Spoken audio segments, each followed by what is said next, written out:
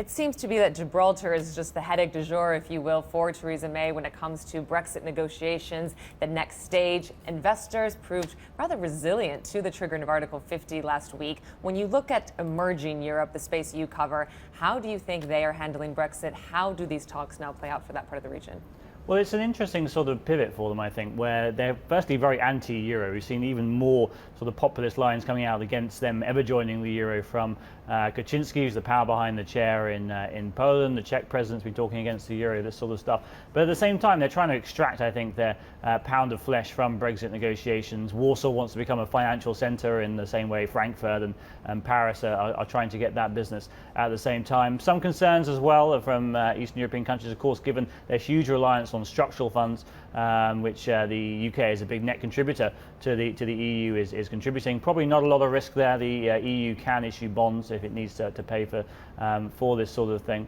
But I think overall they're basically sticking their foot in negotiations. They're going to probably end up being some kind of ally to the UK in the end. I think they rely on trade most of all, and so a lot of noise, but probably a calming influence in the medium run for the Brexit negotiations. You look at diasporas, Peter, as well, because I mean these flows of amazingly talented, let's face it, relatively cheap flow of labour from Poland and the rest of Eastern Europe has been a massive benefit for the UK economy, despite what the Brexiteers say.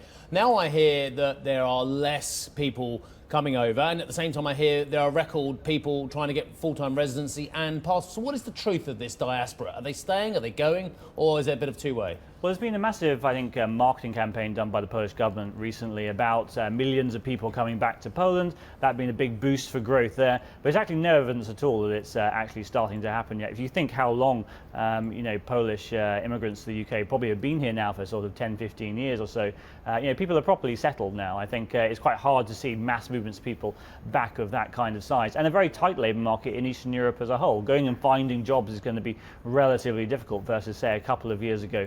As well. So I think we will see some people go back, but these sort of million type numbers which have maybe been put out there are a little extreme. People cite the Irish example through the financial crisis, but that was a little bit different. That's where you had a sudden stop in industry that was employing people, the construction industry in Ireland at the time. Then a lot of Poles went to the UK or back to Poland, but I don't think we'll see that much this time.